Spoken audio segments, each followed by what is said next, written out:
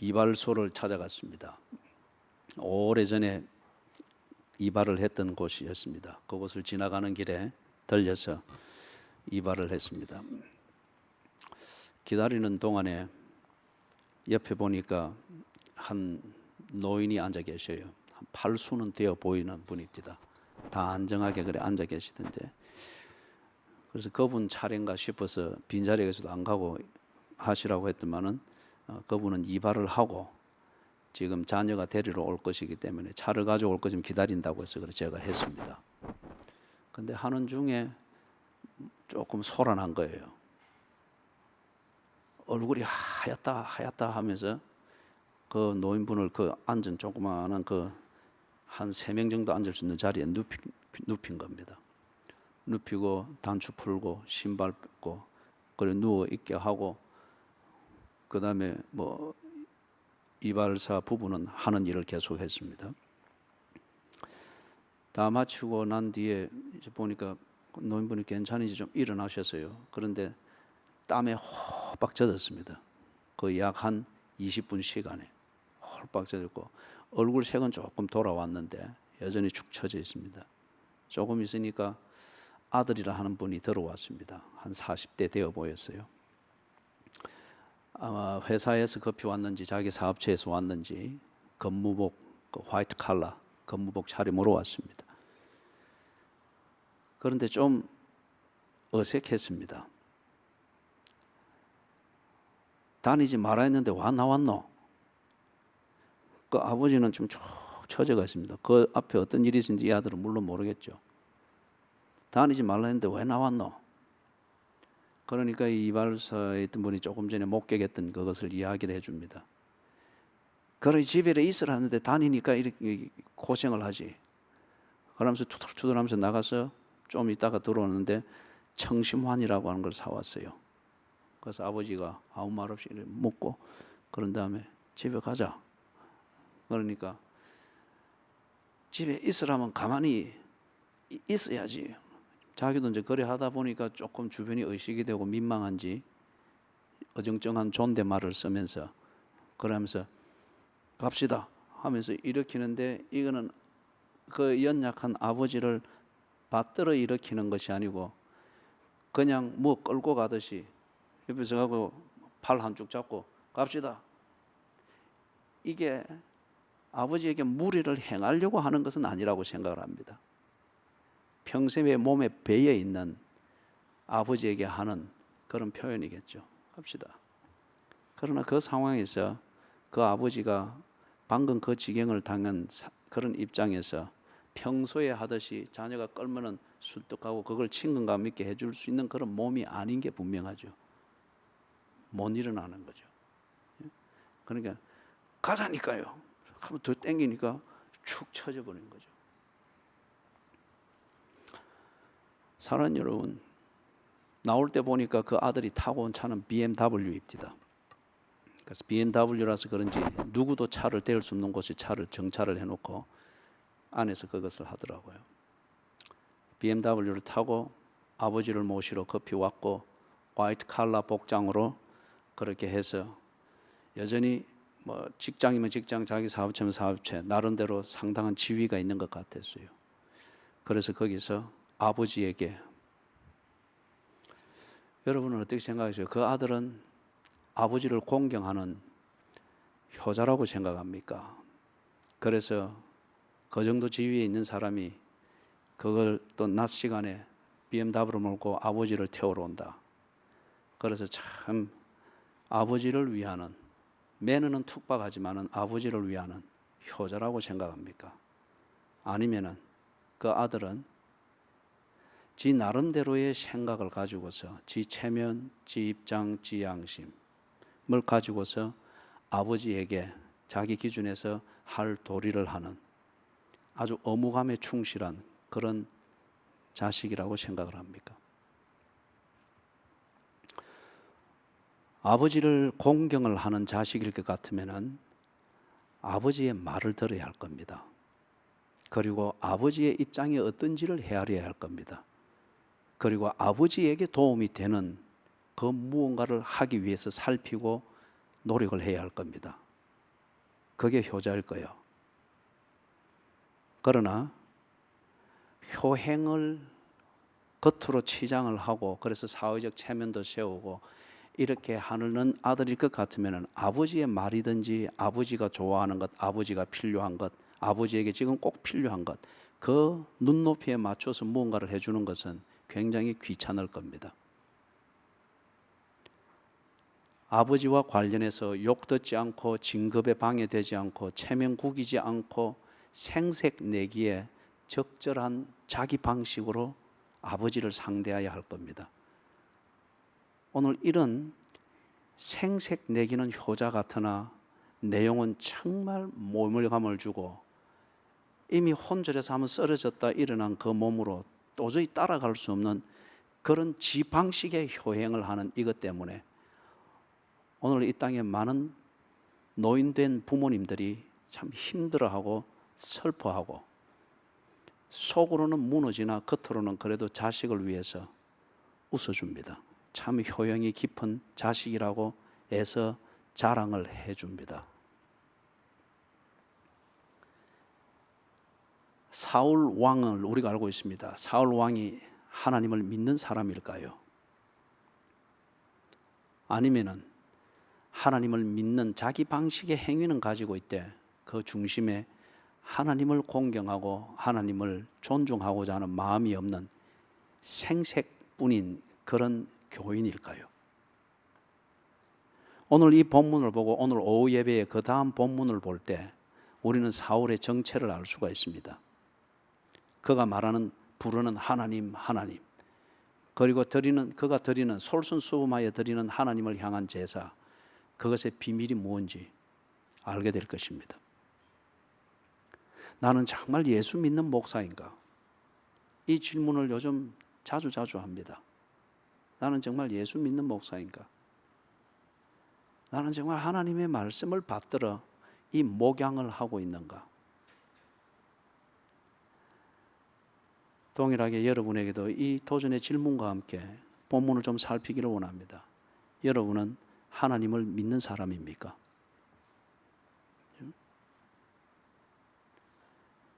여러분은 하나님을 믿는 사람입니까? 그 기도, 그런 교회 생활, 그런 변명, 그런 여러 가지 생활의 내용들, 그거에 정말 하나님을 존중하여 하는 것입니까? 아니면 하나님을 상대하여 당신의 방식으로 하는 겁니까? 당신의 방식으로 하는 것일 것 같으면 저나 여러분은 참 지금 하나님을 힘들게 만들고 청심환 먹고서도 해결이 안 될 정도로 더 어렵게 만드는 그런 생색내기에 종교인에 지나지 아니할 겁니다.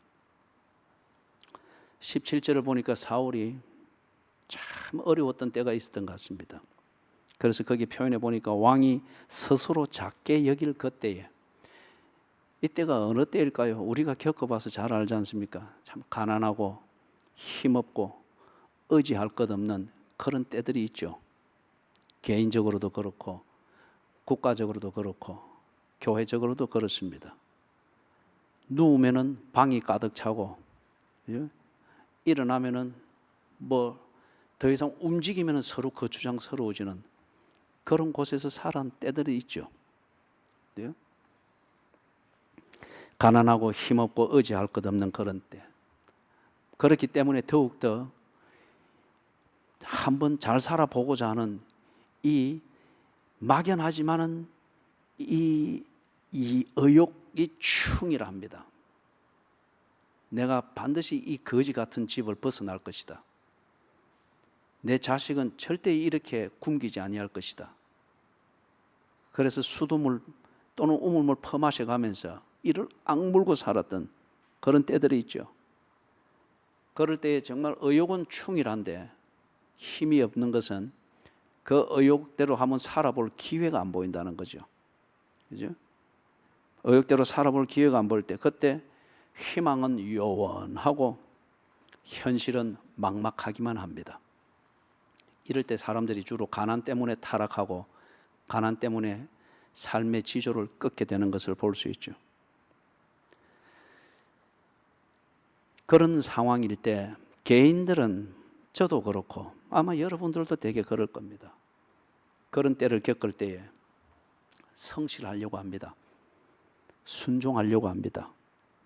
그리고 어찌든지 감사하려고 합니다. 입에 발린 감사라도 감사하려고 합니다. 뭐라도 하나 배우려고 합니다. 꼭 학교 문턱을 밟아야 배우는 게 아니잖아요. 그거는 지극히 일부고, 뭐든지 배우려고 합니다. 교회를 다니는 것 같으면은 그렇게 참 진지할 수가 없고 절실할 수가 없고 단순하지만 집중하여 신앙생활, 교회생활 하는 것, 그런 걸 볼 수 있습니다. 국가가 이런 경우를 겪어올 때에 6.25를 만나고 그리고 보릿고개를 넘어가고 산업화 시대를 넘어갈 때, 그리고 민주화 투쟁이 창궐하면서 정치적 진화의 한 단계를 넘어갈 그때에 국가적 분위기는 근면성실했습니다. 근면성실했습니다. 아낄 줄 알았고 동병상련이 있어 서로 이해하고 돕는 어떤 이런 민심이 있었고, 그리고 옳고 그런 걸 따지기 전에 국가의 지도자들이 뭔가를 하나 하면은 금이라도 다 꺼내서 금 팔아서라도 IMF로 인한 국가 부도를 막기 위해서 모두가 일치단계라는 그런 게 있었습니다. 가난을 벗어나기 위해서. 교회, 우리 국가의 우리나라의 교회 역사를 보면 이런 가난하고 힘없고 의지할 곳 없고, 그러나 예수가 좋고 복음이 좋아서 그렇게 몰입을 했던 그런 때들이 있죠. 그렇게 가난할 때는 교회가 순수했습니다. 그리고 교인들이 하나님을 찾고 구하는 것에 집중했습니다. 하나님의 말씀을 배우고 배운 말씀에 순종하는 이걸 위하여서 때로 광신도라는 소리를 들을 정도로 집중하였습니다.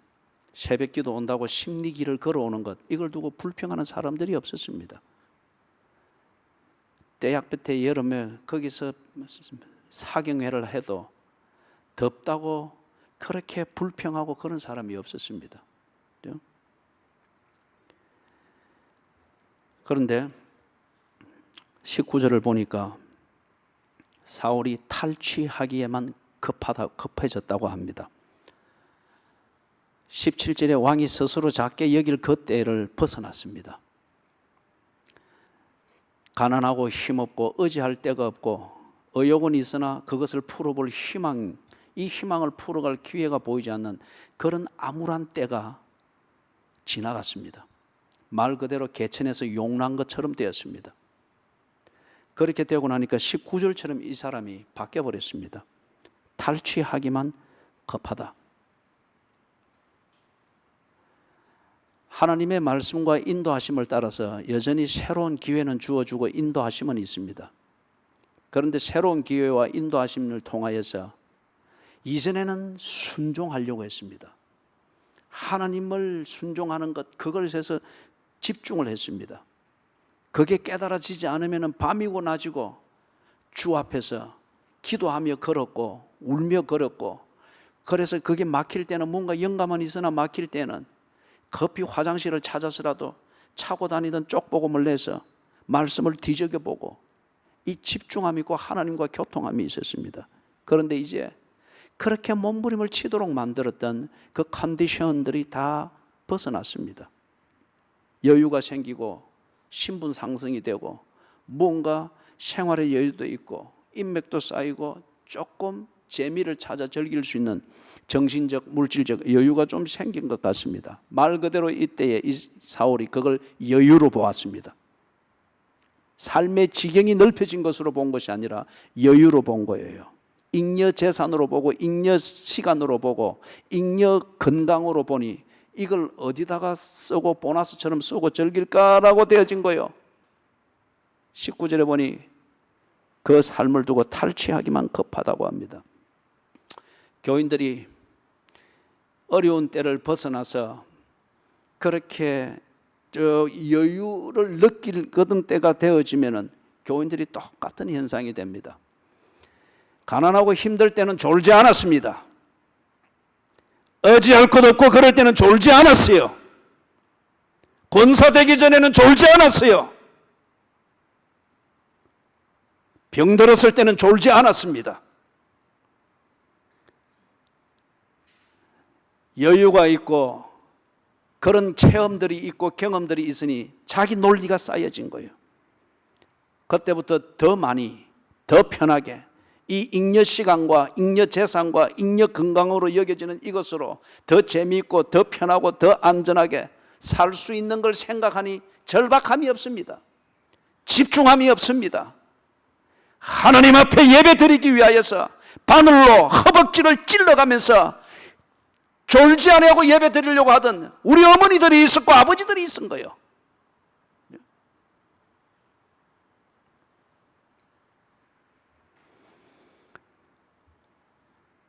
그런데 그렇게 몸부림을 치며 하나님을 구해야 될 필요를 못 느낄 정도로 나아졌습니다.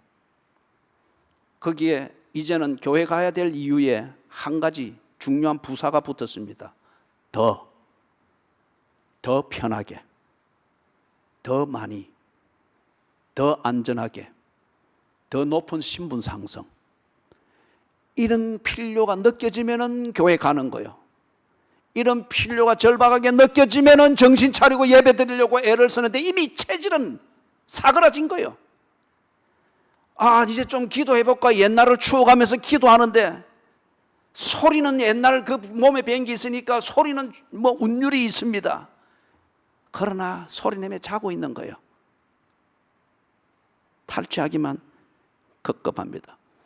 교인들이 그래서 물질적 유익이 없다 싶고 그런 유익을 찾고 재미가 없다 싶으면 교회를 안 갑니다.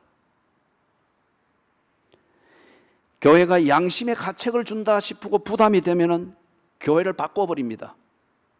교회가 여기 뿌리가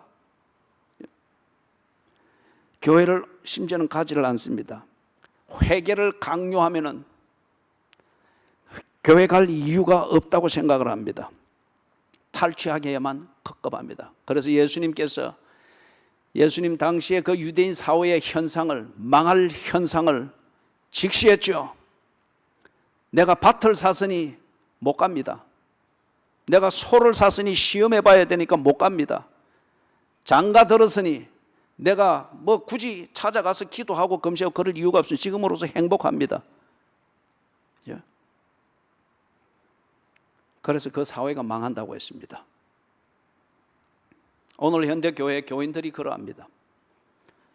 특별히 1980년대 후반을 지나면서 교회가 그런 식으로 변질되는 진화를 거듭해왔고 지금은 거의 체질화되어 버렸습니다.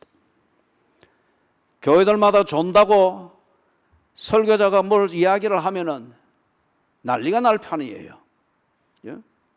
존다고 한 소리 호통을 치면은 들으라는 듯이 목사가 저리 과음 지르는 버릇을 고치게 해주시고 들으라는 듯이 회중석에 앉아 기도하고 있는 거예요. 교회가 이 지경입니다. 탈취하는 것을 방해하지 말라는 거예요. 개인이 그러하고 그리고 교회가 한국 교회들을 살펴볼 때 조금 전에 예를 들었던 것에 더욱더 적나라한 우리가 현실을 보면은 그렇습니다. 탈취하게만 급하니라. 교회가 1970년대 후반을 넘어가면서 교회들마다 꽉꽉 찼죠.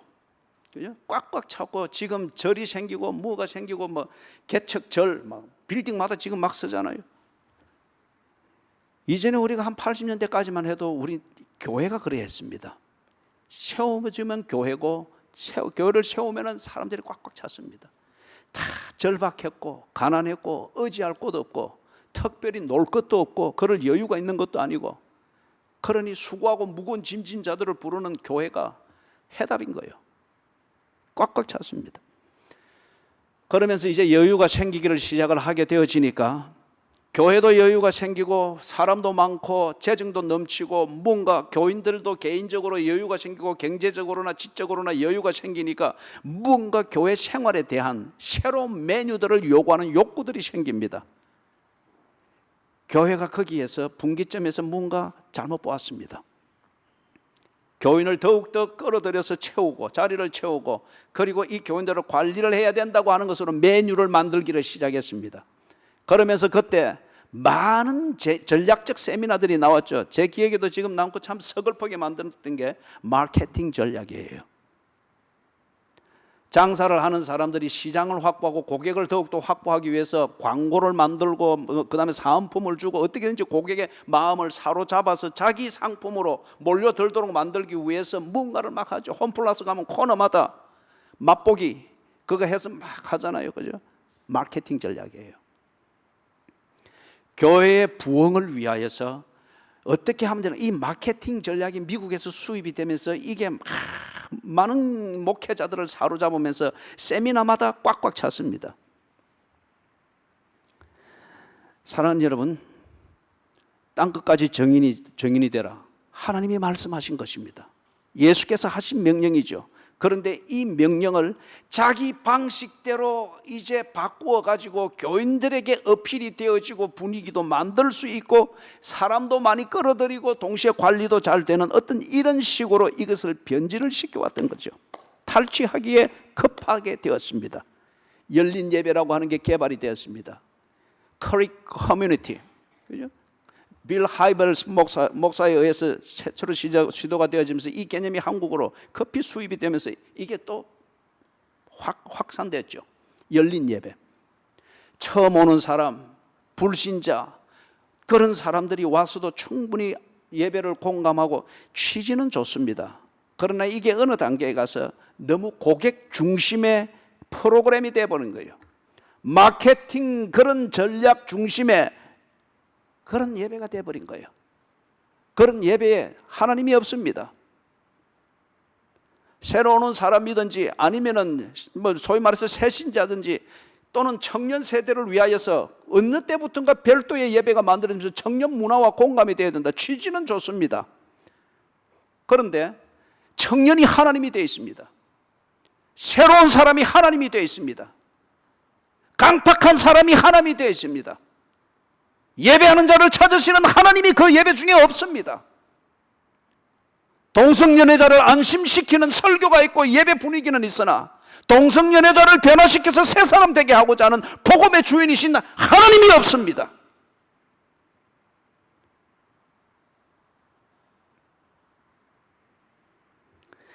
찬양 문화, 1980년대 중반부터 경배와 찬양이라는 이 위대한 프로그램이 만들어졌고 이게 끼친 영향이 대단합니다. 그런데 이걸 받아들이는 다음 세대들과 이것을 보급하는 중간 리더들이 신학적 사고방식과 그 시초 초기 단계에 있었던 영성, 이 개성이 잘못되었습니다. 그러다 보니 오늘날 찬양과 관련되어진 문화의 긍정적 요소가, 중요한 요소가 정말 있습니다. 시편이 있는 이상 교회는 이 찬양 문화를 지켜야 되고 이것을 개발해야 되고 활용을 해야 됩니다. 좋은 것에 언제나 짝퉁이 있듯이 이 찬양 문화가 부작용을 많이 일으켰습니다. 그리고 교인들과 목회자들을 눈멀게 만들었습니다. 메탈 음과 음악 이 자체가 주는 뭔가 중독성이 있습니다. 그리고 이것이 그 순간을 하나로 만들어주는 응집력이 있습니다. 그러다 보니 그게 하나님의 은혜고 그게 사람들을 예배에 집중하게 만드는 것이라 해서 꼭 식전 행사를 하듯이 그런 식으로 그 기능을 강조를 하면서 그렇게 사용을 했고 그 기능에 맞는 음악의 캐릭터를 만들어가면서 이상한 문화가 정착이 됐습니다. 우리가 잘 알고 있는 이런 문화를 보급한 중요한 교회 중에 하나를 알고 있죠. 호주의 힐송 처치. 그 문화와 그게 프랜차이즈 하듯이 세계 여러 곳에 퍼져 있습니다. 지금은 그게 예배가 아닙니다. 공연입니다. 그 팀들의 공연입니다.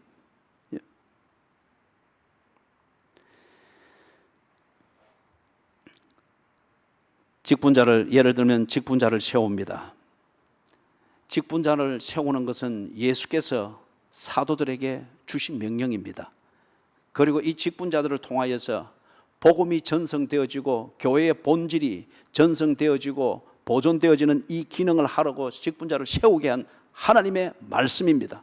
오늘 우리가 읽은 이 본문의 표현 같으면 하나님의 목소리입니다. 그 목소리를 청종해야 합니다. 직분자를 세우고 직분자를 관리하고 활용해야 합니다. 그런데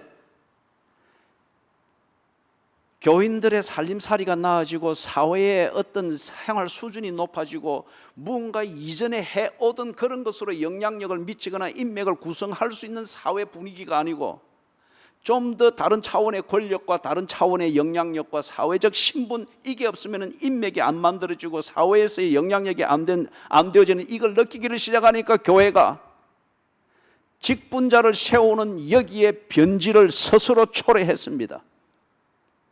교인을 관리할 목적으로 직분자를 세웁니다.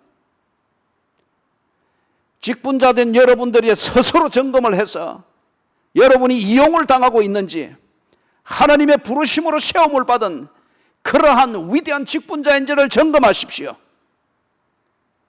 도망가지 못하게 발목을 묶고 족쇄의 의미로서 직분자로 세웠다고 하면 여러분이 그 족쇄를 풀어야 됩니다. 또는 그가 가지고 있는 재산과 아니면은 선심 잘 쓰는, 우리 옛날 사람들 하는 표현은 기마이 잘하는 어떤 이런 사람을 보고 돈이 조금 있다 싶으면은 직분자로 세워가지고 장로로 앉혀가지고 교회에 돈이 필요할 때마다 덤성덤성 목돈 받아내는 이것으로서 장로시키고 안수지사시키고 권사시키는, 이게 비일비재합니다. 그런데 그렇기 때문에 오늘날 현대 교회의 장로들과 권사들이 목돈 뭉탱이 돈 하면 낼 줄은 알지만은 기도할 줄 몰라요. 예배할 줄 몰라요.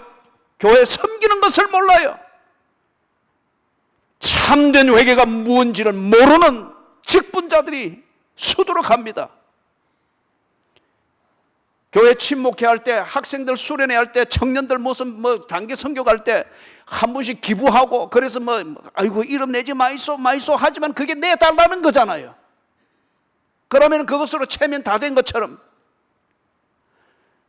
이게 매관 매직이 아니고 뭡니까? 교회의 대회 선전용과 교회가 세속 권속에 대해서 불편함을 겪지 않기 위해서 징검다리를 만드는 그런 차원에서 직분을 이용하고 직분을 팔고 직분을 세우는 것을 볼 수 있습니다. 부산에는 장관이 올 리가 없습니다. 서울 같은 데는 장관이든지 국회의원이든지 아니면은 구청장이든지 교회에 모셔드리려고 그런 사람이 장급이 한 명 오면은 그 밑에 부하들은 잔인히 따라서 오게 되어지니까 과연 그 그룹이 들어와서 교회에서 뭘 할까요? 그들이 교회 들어와서 뭘 할까요?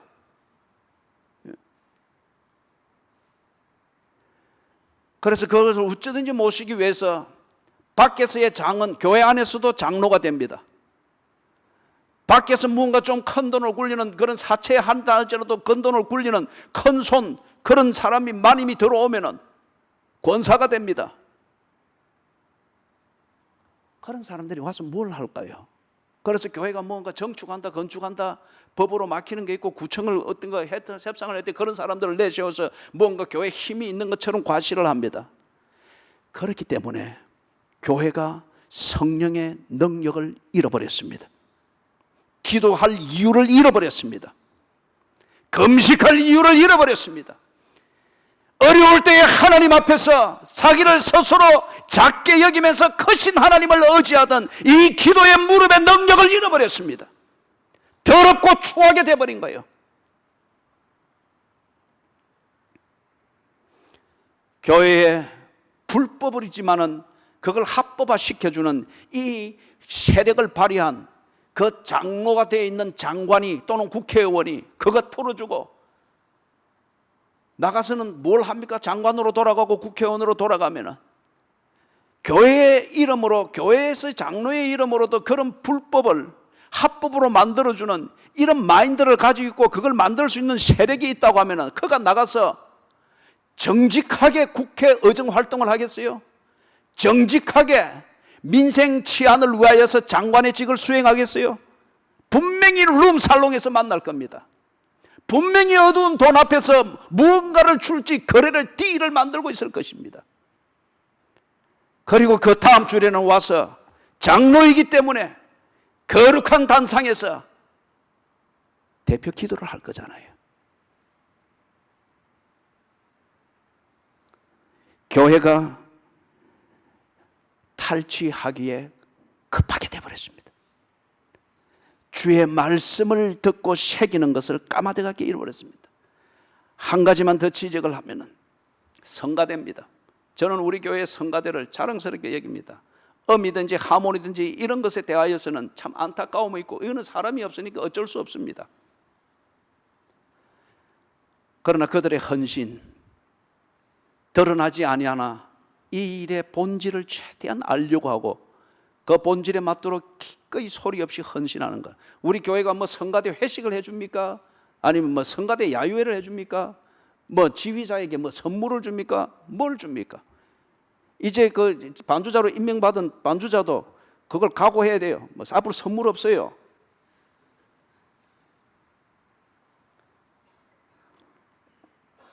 자랑스럽게 생각합니다. 그들이 하나님 앞에서 자신이 드려야 될 그 봉사를 알고 그것에 집중하는 이것이 자랑스럽다는 거예요. 우리가 출애굽기서를 강해를 마치면서 그때 우리가 참 감동적으로 보았죠. 버살렐과 오홀리압. 저는 그렇게 될 것을 기대합니다. 오늘날 한국 교회가 앞에서 해왔던 맥락에서 교인들이 팽창하고 교인들의 지적 수준이 높아지고 문화적 수준이 높아지고 그들이 집중하고 절박해야 될 그러한 삶의 문제들로부터 이제는 자유케 되고 벗어났다고 여겨지니까 좀 더 여유 있고 좀 더 재미있는 예배, 좀 더 편안한 예배, 좀 더 귀를 즐기고 교회에 오면은 문화적 욕구도 충족되어지는 이런 욕구들이 설설 일어나게 되어지니까 이건 놓치면은 교인들을 떠나고 교회 관리가 어려워지겠다 싶으니까 가장 만만하고 영향력이 컸던 것이 아까 처음에 이야기했던 보컬 밴드 그룹을 가지고서, 이 표현이 좀 심할 수 있습니다만은 그러나 많은 교회에서 이게 현실입니다. 스트레스를 풀 수 있도록 찬양의 이름으로 음악을 막 만들어줍니다. 그 다음이 성가대입니다. 왜 성가대의 반주자들에게 돈을 줘야 될까요? 옛날 독일에서는 칸토르 제도가 있어서 전문적으로 연구하고 그걸 목회의 한 분야 풀타임 전업을 하기 때문에 칸토르를 교회가 먹여 살렸습니다. 그런데 왜 찬양이 뭔지 예수를 믿는 것조차도 모르고 교회의 본질조차도 모르는 바이올리스트든지 아니면 피아니스트든지 올간 주자든지 아니면 또 다른 악기든지 여기에 돈을 줘가면서 모셔다가 그리고 여기서 소리를 만들고, 기술적으로는 소리가 좋죠. 하모니어스하게 좋죠. 그러나 거기에 하나님을 느낌이 있습니까? 땀이 땅에 떨어지는 핏방울처럼 되는 하나님을 향한 절규함이 그 음악에 있습니까? 그런데 그런 고백과 같은 음악이 있을 때에는 아멘으로 화답함이 없습니다. 왜 여러분들이 우리 교회의 성가대의 그 고백과 같은, 몇 사람 되지 않으나 고백과 같은 그 찬양에 대해서 아멘과 할렐루야로 화답하지 못하는지 모르겠어요. 쓸데없는 데서 분위기 잡는 데서는 할렐루야와 아멘이 퍽퍽 터져 나오는데 예배를 드릴 줄 모른단 말이에요. 이렇게 가르친 목사가 얼마나 하나님 앞에서 죄스러운지 몰라요.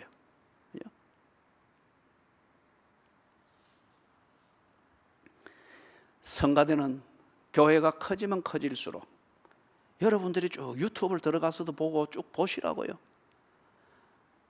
성가대가 정말 버살렐과 오홀리압이 성막을 짓고서 그리고 그 어떤 그런 고백적 분위기가 있는지 아니에요. 잘 갖추어졌다는 성가들이 꼭 가운으로 형식을 바꾸었을 뿐이지 정기 공연에 하는 그 스피릿, 그 마인드, 그게 성가대를 지배하고 있는 것을 볼 수 있습니다. 교회가 성가대를 교인들의 귀를 즐겁히고 정서적 카타르시스를 해주는 기쁨조로 만들었습니다. 성가대는 성가대원을 한 동호회 정도로 생각을 하는 거예요. 그게 성가대원들의 친목입니다. 그리고 그들이 연습이든지 무슨 워크숍이든지 아니면 친목회든지 회식이든지 동호회 활동하고 다를 바가 없어요. 그래서 친목을 다지는 것 같습니다. 그들의 찬양은 주일날 예배 속에서 예배가 제공하는 절대 독립되어진 그 시간과 공간에서 그들이 드리는 찬양은 가만히 새겨보면 뭔가 그들의 침묵과 그들의 동호회와 활동의 내용과 실력을 과시하는 공연밖에 안 되는 거예요. 어느 서울의 한 대형 교회에 잘 알려진 성가대를 이전에는 제가 시드니에서 가끔씩 들었습니다. 그런데 가만히 들으면서 보니까 언제나 공통점이 있는 거예요. 언제나 마지막 마치는 여기에는 한 옥탑으로 올려서 지르는 거예요. 그리고 빼는 건 페르마타 해가지고 더 길게 배너 더 빼고, 여러분 소리가 쫙 올라가면 사람이 감정적으로 흥분이 됨이 있습니다. 힌두교의 만트라라는 이 악기와 그것에 맞춰서 부르는, 계속 가서 반복해서 부르는 그 음악을 보시라고요. 그리고 이슬람에서 저기 메카든지 어떤 거기에서 그 기도 시간 되면은 터키도 마찬가지고 기도 시간 알린다고 마이크 타고 나오잖아요. 알라! 사막에서 소리 지르는 듯한 이 아주 피치를 높인 이게 사람에게 심리적으로 주는 그 뭔가가 있습니다. 그 대형 교회의 성가대를 몇 번을 들어보면서 그 공통점이 있는 거예요. 언제나 마치는 파이널에는 소프라노가 한 옥타브 높이고, 그 소프라노들은 여러 대학교에서 교수들이 몇 명 있으니까 자기 제자들을 다 데리고 온 거예요. 그리고 교회에서는 알바비로 다 주는 거예요. 그래서 그 전문적으로 트레이닝된 그 목소리로 한 옥타브 높여서 쫙 소프라노가 부르고 페르마타로 해서 두 배로 쫙 빼고 하니까 앞에 곡이 어떻게 되었든지 간에 내용이 어떻게 되었든지 간에 교인들은 뭐 복잡한 거 모릅니다. 그래서 꽉 올라가고 막 악기 둥둥둥 두드리고 하니까 다 거기서 소위 말해서 감동했다는 거예요. 이게 더 편하게, 더 재미있게 그런 문화적 예배를 기다리는 그 욕구에 차 있는 회중들을 즐겁게 만들어주는 기쁨조가 아니고 뭡니까?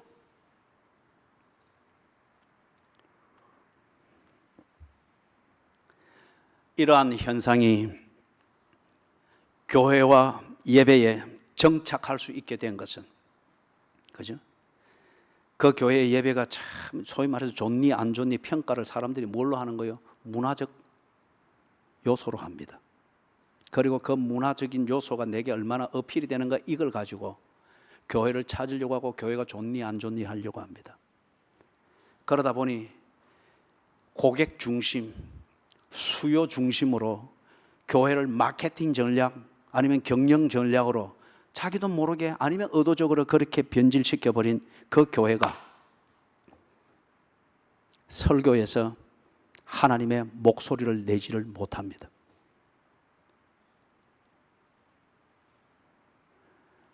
순종해야 할 것은 하나님의 목소리입니다. 그런데 이렇게 변질이 되어버리노니 하나님의 목소리를 설교 단상에서 내는 것은 고객들을 다 쫓아버리는 것이 되는 거예요. 다 쫓아버리는 것이 되는 거예요. 그러다 보니까 이것도 괜찮고 저것도 괜찮고 교인들이 아멘, 무엇에 대한 아멘인지를 구분해 주지도 아니하면서 아멘, 이 찬팅이 나오면 다 분위기는 업 되는 거니까. 그러면서 그러면 여러분 행복하나요? 아멘. 또 한 명 전도할 거죠. 아멘. 그리고 성경 본문 읽기 시작하면 졸기를 시작합니다.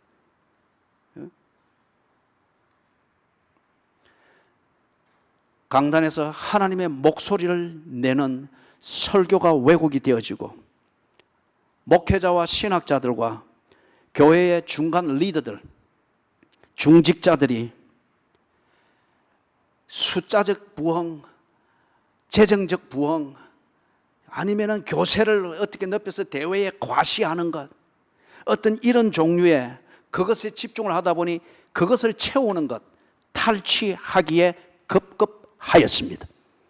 그렇기 때문에 이런 것들이 교회에 들어와서 교회의 본질인 양 되어지니 성악을 전공하고 음악을 전공한 이 예술가들이 볼 때에 교회의 성가대가 하찮기 짝이 없는 거예요. 저거 아무리 빽빽 질러도 짝이 없는 거예요.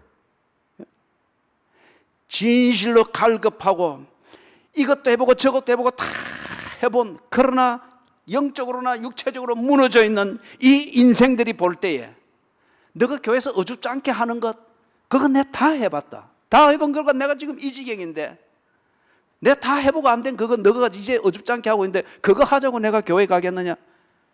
가소롭게 보는 거예요. 바울이 무엇을 두고 자부심을 가졌습니까?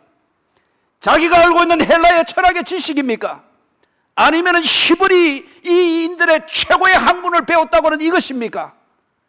바울이 논쟁을 할 때 아테네에서 논쟁에도 지지 아니했습니다. 그럴 정도로 변론에 뛰어났습니다. 이것 때문에 바울이 자부심을 가지고 용기 백배하여서 지중해 연안을 다니면서 복음을 전했습니까? 아니에요. 바울은 함께할 아내도 없었습니다. 바울은 개척을 할 때에 성가대를 만들 사람도 없었습니다. 그런 문화적 요소가 없었습니다. 그럼에도 불구하고 바울은 당당했습니다. 사슬에 매여 있을 그때도 네가 하는 설교와 전하는 복음은 사람들을 유혹하고 혹세무민하는 것이라고 하여서 법의 이름으로, 정권의 이름으로 그를 사슬에 묶어서 재판을 할 그때에도 내가 이 사슬에 묶인 것 외에는 여기에 있는 모든 사람들이 다 나와 같게 되기를 원하노라. 네가 뭐가 있어서 그랬는데, 네가 뭘 배웠는데, 뭘 가졌는데, 어떤 세력이 있는데, 네가 장자를 가진 직분이 있느냐, 신분이 있느냐? 나는 그런 것 아무것도 없다. 그러나 내가 복음을 부끄러워하지 아니하노니 이 복음을 믿는 자는 모든 믿는 자들에게 구원을 주시는 하나님의 능력이 됨이라.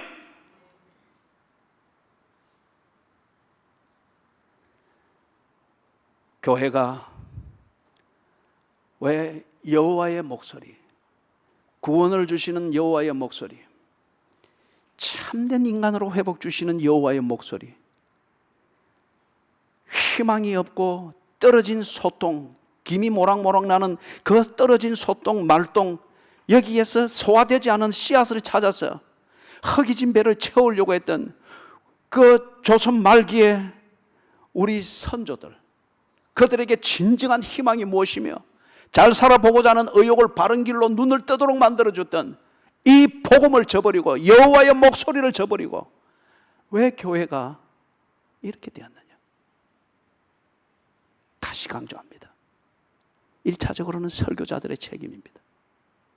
하나님의 목소리를 내는 설교를 접어버렸습니다. 목회자들과 신학자들과 교회의 장로, 권사, 집사들, 중직자들이 여호와의 목소리를 버렸습니다. 마케팅에 급급하고 교인들을 즐겁게 해줄 수 있는 기쁨조를 만드는 것에 분주하게 변질이 되어버렸습니다. 20절, 21절에서 보니까 사울이 자기를 합리화합니다. 나름대로 자기가 그렇게 한 것에는 정당한 근거가 있다는 거예요. 절대 자기가 불신앙으로 했다, 하나님을 거역했다 이 말하지 않습니다. 자기는 하나님을 위해서 했고 나는 신앙 고백적으로 했다라고 이야기하는데 세 가지를 근거를 댑니다. 하나는 하나님의 영광을 위해서 그리 했다고 합니다. 두 번째는 가장 좋은 것을 드리려고 했다고 합니다. 그걸 위해서 나는 최선을 다했다고 합니다. 우리가 이런 주장을 많이 합니다. 그리고 한국 교회가 절대 회개하지 않는 것은 여전히 이 주장을 하고 있기 때문입니다. 조는 버릇을 절대 고치지 않는 것은 여전히 이 주장을 마음에 품고 있기 때문입니다. 하나님의 영광을 위해서 일주 내내 최선을 다해서 살에서 피곤해서 와서 자는데 평화의 하나님 안에서 좀 자는 게 뭐 그리 대수입니까? 정말 그런가요? 가장 좋은 것을 드리려 했다. 그 가장 좋은 것은 누가 판단합니까? 내게 가장 좋은 것이 내 아내에게는 굉장히 힘이 되는 것을 여럿 발견하고 깨달았습니다. 그래서 이번에 휴가 갔을 때에 제가 30대 중반에 아내와 대판 싸운 곳이 있습니다. 호주 어느 곳에서. 정말 나도 무너지는 심정으로 그때 막 싸웠습니다. 이게 평생 지금까지 올 때까지 마음에 짐이 되었습니다. 물론 그 다음날 예배를 가면서 이걸 풀지 않고는 안 되겠다 싶어서 교회에서부터 집까지 1시간을 뛰어가지고 가서 화해를 하고 뭐 눈물 콧물 다 쏟으면서 서로 기도하고 그리고 예배를 드렸으나 그럼에도 불구하고 내게는 늘 이게 짐으로 남아 있었습니다. 내게는 나름대로 이유가 있었습니다. 이게 아내를 위해서 가장 좋은 것이고 가정을 위해서 가장 좋은 것이고 여기 이국 땅에 와서 정착하면서 우리 가정이 안전하고 가족이 안전하기 위해서는 이게 가장 좋은 것이라 생각하여 그래 했는데 아내에게는 그게 가장 그 상황에서는 가장 불편하고 가장 힘든 것이었습니다. 이게 안 맞았기 때문에 대판 싸웠습니다. 내가 배신당한 기분으로 대판 싸웠고 정말 해서는 안 되는 것. 거기는 조그마한 탁자를 털어서 집어 던져서 부셔버렸습니다. 가뜩이나 겁이 많은 아내가 그게 얼마나 큰 쇼크가 되는지 몰라요. 다음날 신학적 입장에서는 용서를 빌고 이해를 받고 눈물 콧물 쏟으며 기도하고 다 된 것 같으나 그러나 인격적으로나 인간적으로는 내게서 그것이 용서가 안 됐습니다. 그 일이 있고 난 뒤 약 28년을 품고 있었습니다. 진정한 용서를 받고 진정한 이해를 구할 수 있는 그게 어떤 것일까? 이번에 휴가를 가면서 그곳으로 비밀스럽게 데리고 갔습니다. 그리고 여러 분위기를 맞추면서 반지를 조그마한 거 하는 게 준비를 해가서 그리고 어느 시점이 됐을 때 반지를 열어서 끼워줬습니다. 아내의 손가락 사이즈를 모르기 때문에 이게 헐렁헐렁한 거예요. 그래서 끼워줬더만은 그래 이걸 손가락에 맞추는 것은 당신이 해야 되겠다. 요 주소로 가면 된다. 그래 또 참 분위기 없는 아내가 그 말을 듣고 이번에 하는 첫 마디 반응이 뭔가 하면 이거 줄이면 금을 가져가잖아요. 줄이는 만큼 가져가잖아요. 그때는 참 마음이 그래 좀 섭섭하더라고요. 우리 그런 에넥도터한 이야기로 갈 것은 아니고. 그리고 그때 내가 이야기를 했습니다. 약 28년 동안 그때 그 일이 내 마음을 사로잡고 있었고 이게 진정한 용서를 받고 진정 우리가 신학적으로는 화해가 되었으나 인간적으로는 정말 부부간의 사랑이라는 이 차원에서는 진정 용서가 됐는지 그 상처가 안 물었는지 이게 내 입장에서는 안 되기 때문에 오늘 이 일을 준비를 했다. 내 마음을 받아주면 좋겠다. 감동했어요. 이번엔 진짜 된 것 같아요. 아주 자유함을 누렸습니다. 뭘 말하고자 하는가? 사울은 자기 생각에 자기 판단에 하나님께 가장 좋은 것을 한다고 드린다고 그리 했다고 합니다. 그런데 그게 하나님께는 모욕적이었고 아주 힘든 거였고 가장 불편했습니다. 교인들이 이걸 많이 주장을 합니다. 이게 하나님이 가장 좋아하신다. 나는 하나님의 영광을 위해서 한 주간 이렇게 최선을 살았다. 또는 이렇게 해서 내가 뭔가를 목적을 이루었을 때는 하나님의 영광을 드러내는 그걸 위해서 쓸 것이다. 그렇기 때문에 지금 나는 최선을 다하고 있다라고 하면서 자기 하고 있는 일을 신앙인의 마땅히 해야 될 것으로 합리화시키고 미화시킵니다. 그런데 내가 내 아내를 통해서 경험했듯이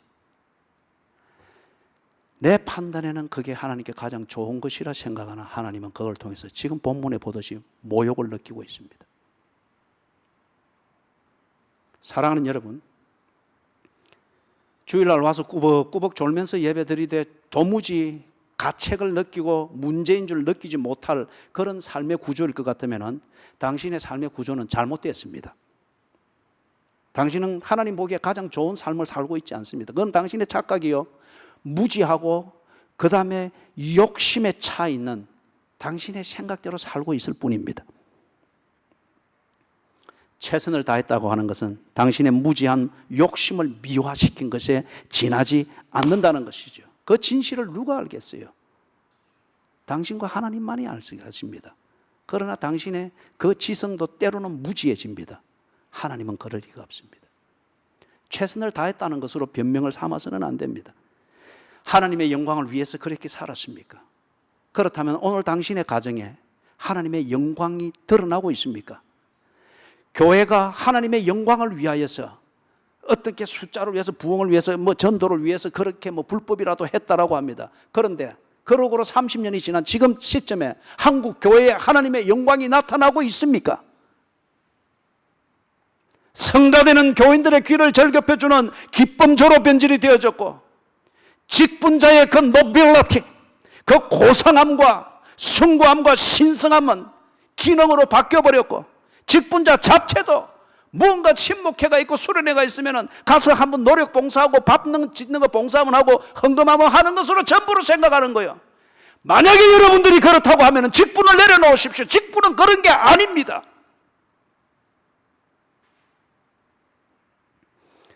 하나님의 영광을 위해서 했다고 하면 직분이든 성가되든 찬양이든 예배든 교회 안에서 하나님의 영광을 느끼고 하나님의 영광을 배울 수밖에 없는 그 무언가가 가득해져야 됩니다.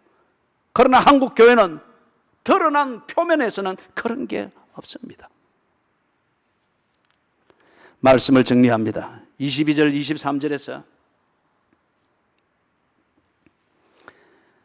사무엘의 입을 통하여서 하나님께서 준엄하게 말씀하십니다. 여호와의 목소리를 청종하는 것, 그것을 하나님이 가장 좋아한다고 합니다.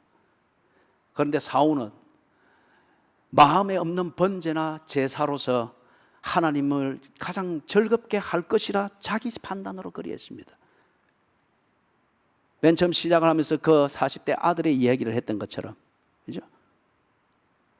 하나님이 가장 좋아하는 것은 뭔가? 하나님의 목소리를 청종하는 것이라고 합니다. 그렇잖아요. 하나님의 목소리를 청종함이 없이 어떻게 신령과 진정으로 예배드리겠어요? 내 방식과 내 형편에서 최선을 다해서 예배드린다고 하니 언제나 예배드리는 중에도 지 형편대로 하는 거예요. 그것은 하나님을 모욕하는 것입니다. 하나님이 가장 좋아하는 것, 하나님의 목소리를 청종하는 것이라고 합니다. 어떻게 해야 될까요?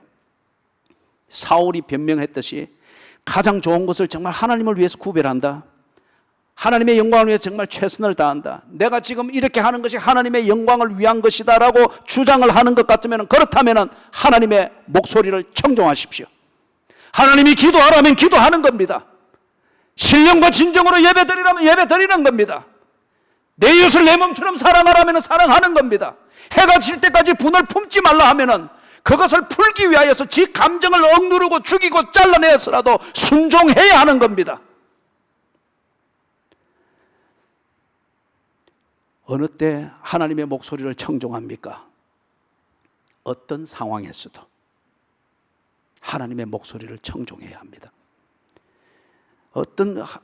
내 판단에 앞서서 하나님의 목소리를 존중해야 합니다. 내가 가지고 있는 생각, 이러면 잘 될 것이라 생각하는 내가 만들 수 있는 프로그램, 이런 것들에 앞서서 하나님의 목소리를 청종해야 합니다. 계산된 결과에 연연하지 마십시오. 이러면 복을 받을 것이다, 11조로 하면 복을 받을 것이다, 뭘 더 하면 할 것이다, 그런 기대에 연연해서는 안 됩니다. 그게 하나님의 목소리면은, 그게 성경이면은 그것에 연연하지 말고 성경대로 청종하고 순종하는 겁니다. 실제적으로 지금 우리가 뭘 해야 될까요? 교회로서 뭘 해야 될까요? 여러분 개인으로서, 여러분이 정말 하나님을 믿는 사람이면 뭘 해야 될까요? 첫째, 성경을 읽고 제대로 배우십시오. 지금까지 신앙생활하고 집사, 권사, 안수집사, 장로, 목사 되면서 진지하게 성경을 정독하여 한 번을 읽지 못했다고 하면 회개해야 됩니다.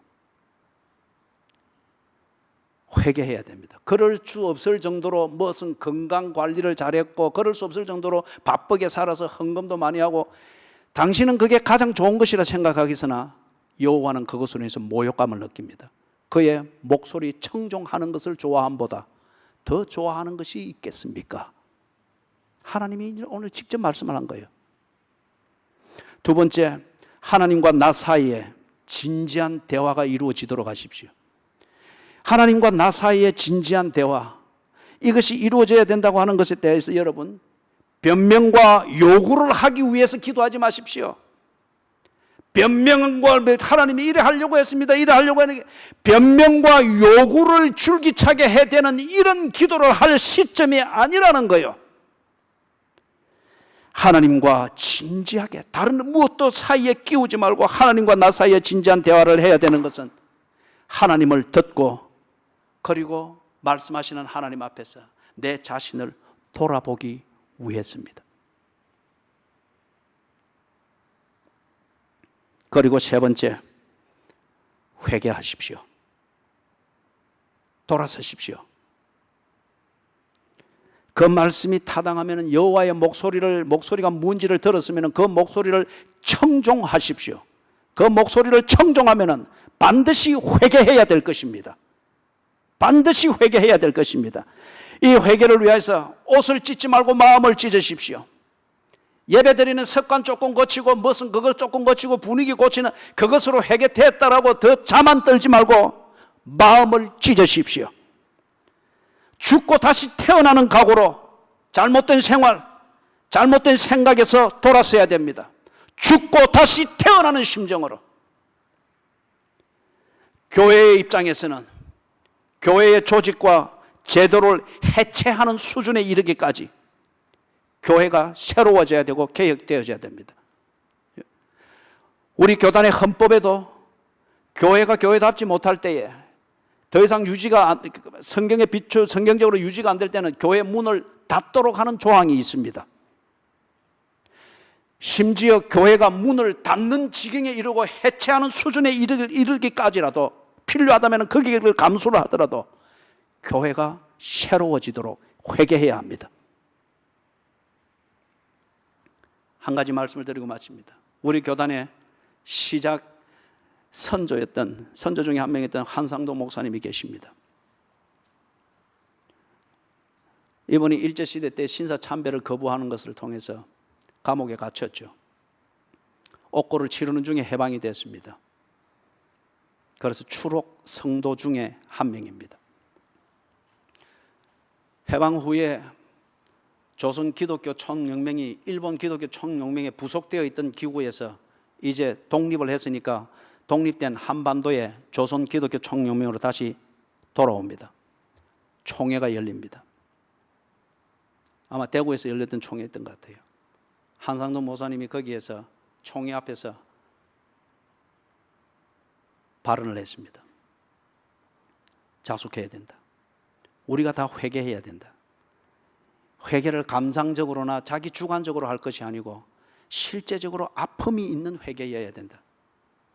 내 몸에 있고 내가 의지하는 것으로부터 이게 틀렸다는 것을 깨닫고 돌아설 때는 일차적으로 아픔이 있잖아요. 이 아픔이 있는 회개를 해야 된다.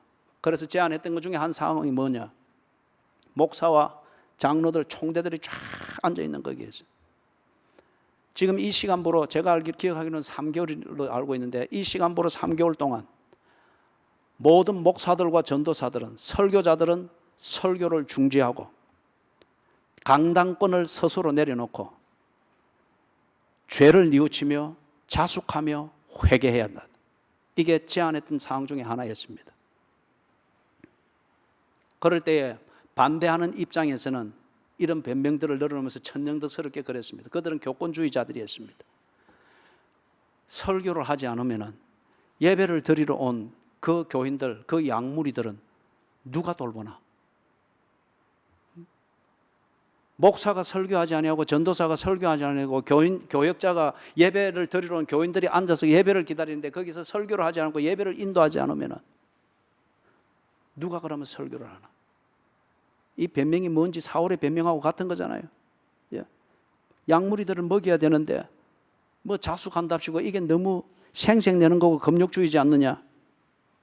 사랑하는 여러분, 그들이 그런 명분을 들이대면서 양무리를 위하여서 목회자의 본분을 다해야 된다는 이 화려한 변명을 가지고서 회개를 거부했습니다. 단언컨대 앞에서 이야기를 했듯이 여호와의 목소리를 청종하면 반드시 오늘 우리가 해야 될 것은 복받을 일이 아니고 회개해야 될 일일 것입니다. 교회가 회개를 할 때 기쁨조로 만들어 놓은 성가대가 제자리를 돌아가고 감정적 문화적 카타르시스를 주는 것을 은혜로 착각하도록 만들었던 메탈음에 의지해서 예배를 오도하고 있는 이런 것이 제자리로 돌아가서 고라자손과 아삽 그런 무리들의 찬양으로 그렇게 바뀔 수 있는 진정한 회복을 위해서 우리가 회개를 해야 된다고 하면 교회가 해체되는 수준까지 이르더라도 회개해야 합니다. 그럴 때에 양무리들은 어떻게 하느냐? 양을 늑대 앞에 앉혀두고 양을 여우 앞에 앉혀두는 것보다는 그 늑대와 여우를 물리치고 그 늑대와 여우를 물리치다가 그들을 돌보던 목자가 죽임을 당한다 할지라도 양무리들을 늑대와 여우 앞에 앉혀두어서는 안 됩니다. 그들을 막아내다가 목자가 죽었을 때에 그 양무리들은 목자 없이 유리하는 양무리가 아니라 목자장이 양무리를 돌볼 것입니다. 목자장이 누구입니까? 요한계시록에서 그가 예수 그리스도라고 하지 않습니까? 교회의 머리 되신 예수 그리스도. 어떻게 해서 양무리가 생겼느냐 말이에요. 목사의 재주 때문에 생긴 게 아니지 않습니까? 교회의 문화적 쇼 때문에 생긴 게 아니지 않습니까? 양무리가 생기게 된 것은 교회의 머리 되신 예수께서 그들을 위하여서 대신 죽었기 때문에 예수의 생명으로 그들이 살아났지 않습니까? 그리고 예수 안에서 교제권이 만들어졌지 않습니까? 그들을 돌보라고 설교자를 주었고 목회자를 주었습니다. 늑대와 여우를 잡아내기 위하여서 강단을 비우는 한이 있더라도 늑대의 음식을 먹이지 않고 여우의 울음소리를 복음으로 착각하도록 만들지 않기 위해서 강단을 비웠을 때에 양무리들은 결코 무너지지 아니할 겁니다. 목자장이 지킬 것입니다. 그리고 그 목자장이 그 양무리들을 돌볼 수 있는 목자를 또 보낼 것입니다. 이게 교회 갱신입니다. 사랑하는 여러분,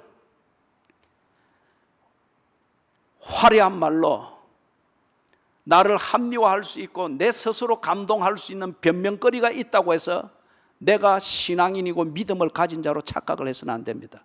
그게 사울이었습니다. 그는 하나님으로부터 버림을 받았습니다.